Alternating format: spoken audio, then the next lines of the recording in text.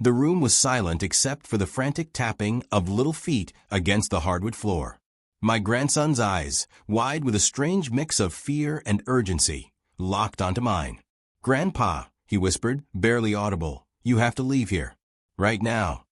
I laughed at first, a shaky chuckle that masked the sinking feeling in my chest. "Why, son? What's going on?" He shook his head, voice trembling. "I can't say.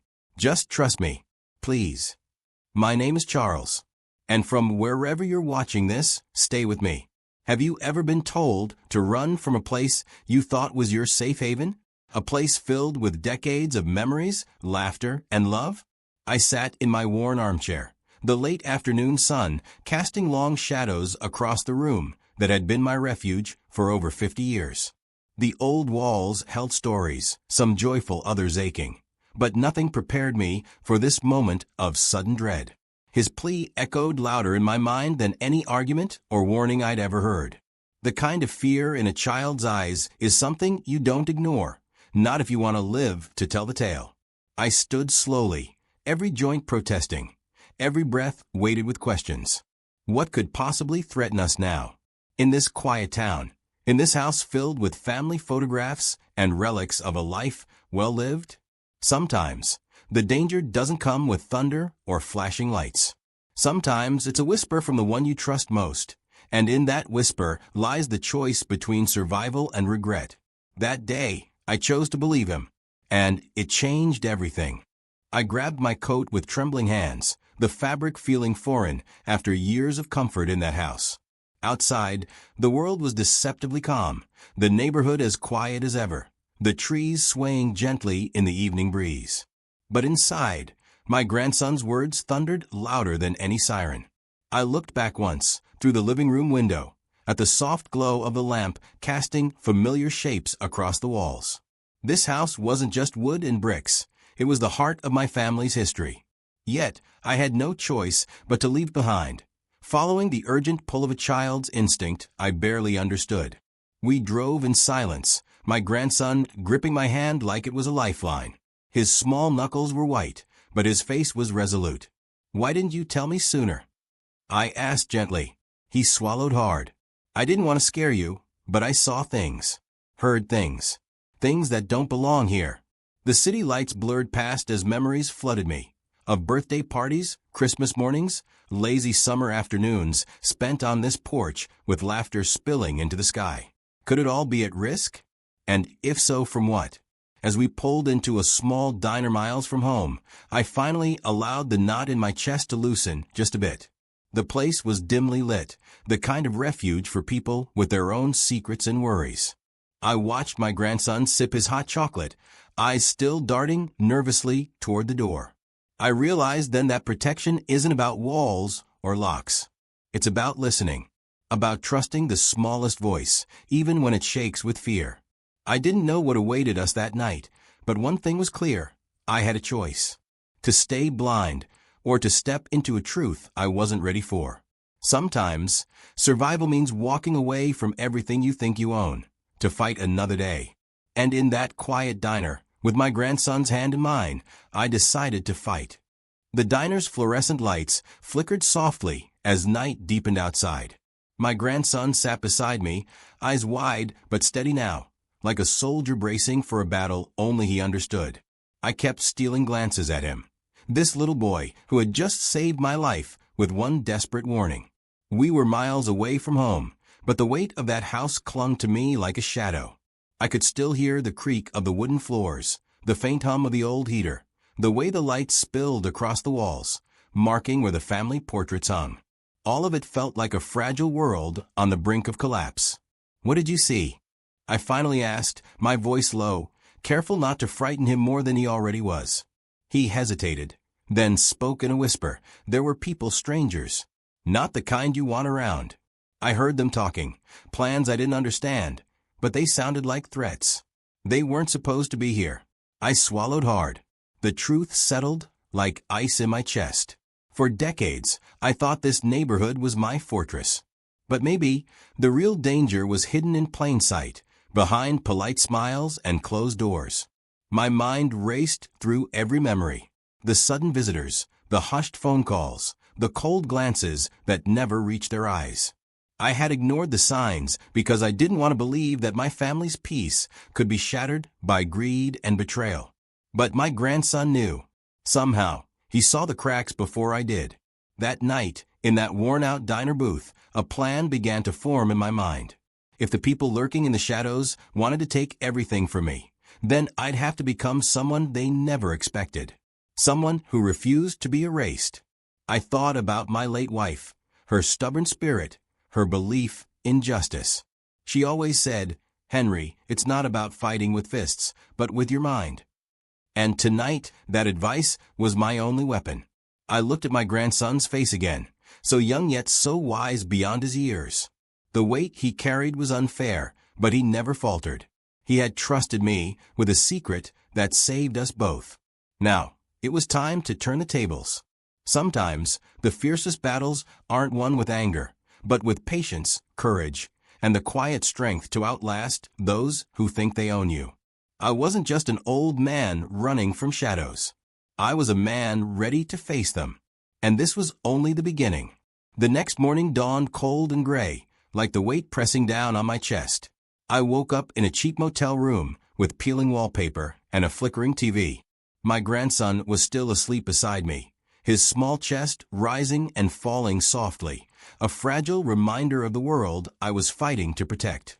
I stepped outside and breathed in the chilly air, sharp and biting, but oddly cleansing. I needed clarity, a new strategy. I had to understand what I was up against and how deep the betrayal ran. Back home, my phone buzzed, an unknown number flashing on the screen. My heart pounded as I answered. A woman's voice, cool and measured, greeted me. "Mr. Anderson, I suggest you stay away from your property. You don't know who's watching." A chill raced down my spine. The threats weren't hidden anymore. They were deliberate, calculated. I sat down hard on the cracked bench outside the motel and thought about the family I'd raised, the life I'd built with sweat and sacrifice. How quickly it all seemed to unravel when the people you trusted turned against you. But I wasn't helpless. Not yet. I recalled the old journals I kept hidden, records of every transaction, every promise, every time my name was dragged through the mud by those who wanted me gone. They thought silence would bury me, but I knew the truth. I had proof. The plan was clear now. I would not run blindly.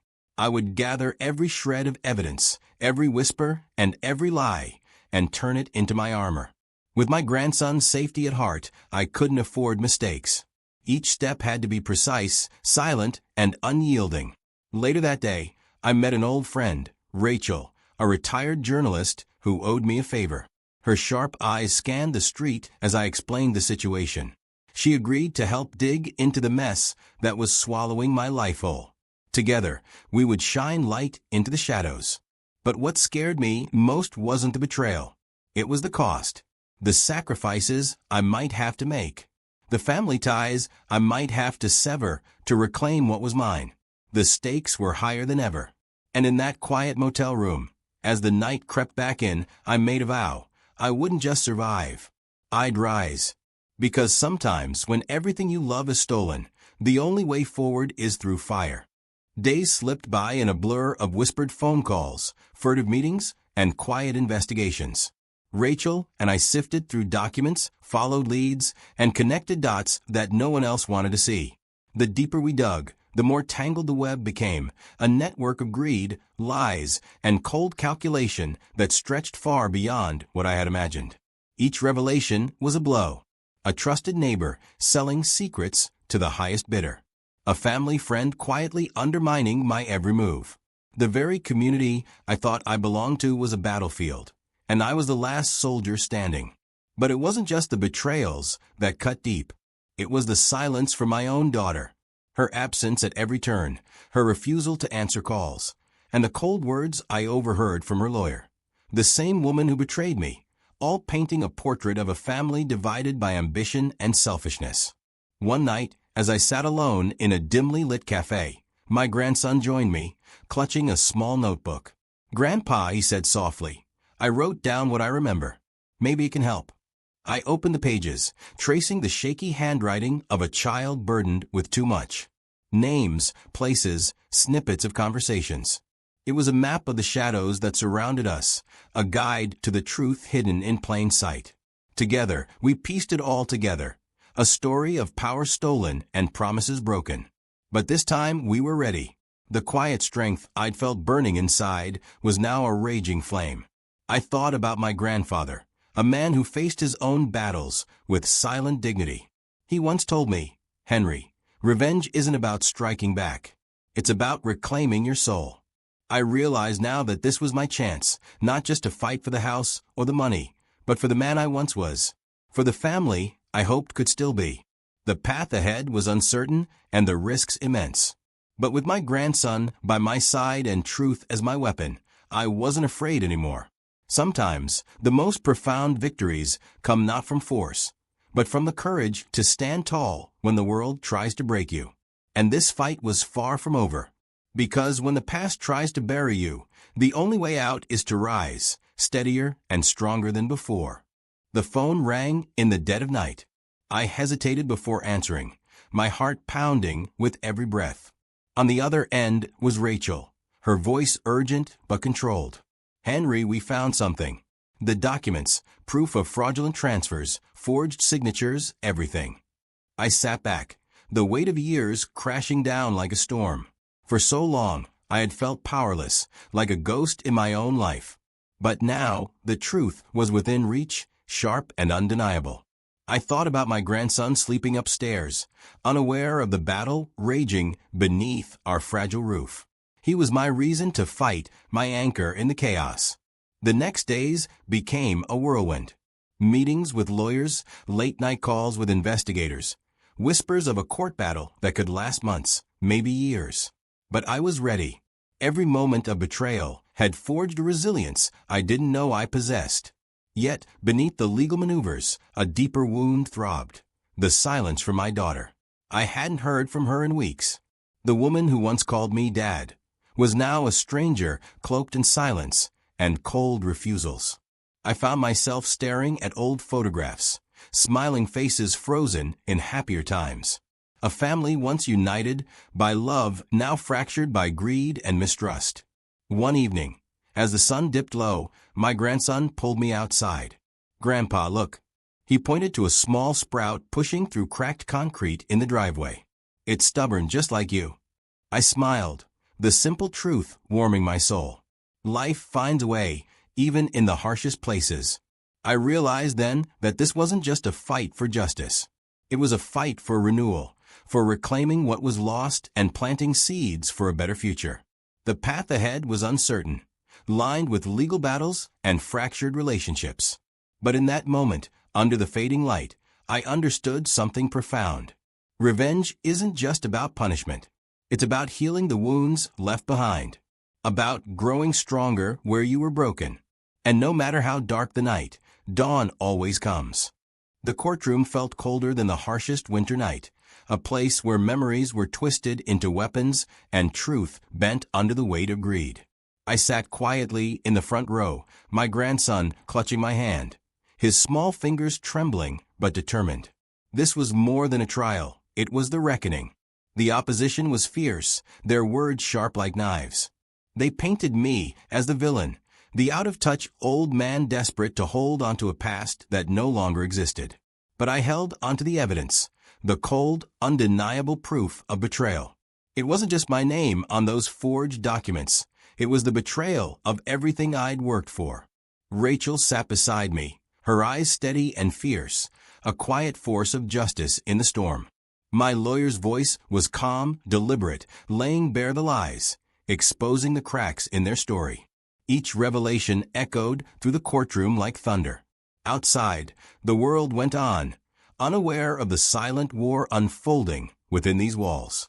But inside I felt a shift, like the earth itself was beginning to right itself after years of tremors. The judge's gavel struck, a final punctuation to the days of testimony and tension. The verdict was clear, my rights restored, the fraudulent claims dismissed, the property returned to me. But victory tasted bittersweet. My daughter did not come. She sent a lawyer in her place, cold and distant, refusing to face the man she once called father. The family I had dreamed of rebuilding remained fractured, the silence between us a canyon too wide to cross. Yet, in that hollow absence, I found a strange kind of peace. I had fought not just for bricks and mortar, but for my dignity, my legacy. I was no longer invisible. Later, walking back to the house, I felt the weight of years lift just a little. The porch creaked under my feet. The walls held stories that were still mine to tell. And as I stood beneath the sprawling oak tree, my grandson looked up at me and smiled. "Grandpa," he said softly, "we did it." I nodded, knowing this was only the beginning of healing, not the end of the journey. Sometimes, the hardest battles are won not by breaking others, but by mending yourself. And standing there in the fading light, I finally understood what it meant to be truly free. The house felt different now, quieter, but not empty. It was mine again, but something else had shifted too. The walls no longer echoed with anger or betrayal. They held a calm I hadn't known in years. I walked through each room slowly, touching the faded wallpaper, the worn banister, remembering. My grandson ran ahead, laughter ringing through the halls like a promise of new beginnings. He was the spark that kept the fire alive, the reason I never gave up. The days that followed weren't easy. Rebuilding trust with the few family members who stayed meant patience and humility. Some doors remained closed, some voices silent. But the strength I'd found wasn't about forcing reconciliation. It was about accepting what was and making peace with it. One afternoon, I sat on the porch, the oak tree's branches casting dappled shadows across my weathered hands. A letter arrived, unsigned, no return address. Inside was a simple note. "You were right. I'm sorry." It wasn't from my daughter. It was from someone I never expected. A neighbor who had once turned away, but now wanted to make amends. That moment taught me something powerful. Justice isn't always about punishment. Sometimes it's about awakening conscience and creating space for healing. I looked out across the yard, the sunlight filtering through the leaves, and felt a quiet pride. I had lost much, but I hadn't lost myself. The journey had stripped away illusions, but it gave me clarity, the knowledge that true strength comes from within. And as I watched my grandson chase shadows and dreams, I knew this house would be a home again, not because of the walls, but because of the resilience we carried inside us. Sometimes, the deepest revenge is the life you rebuild after the storm. And with that, my story comes to a close.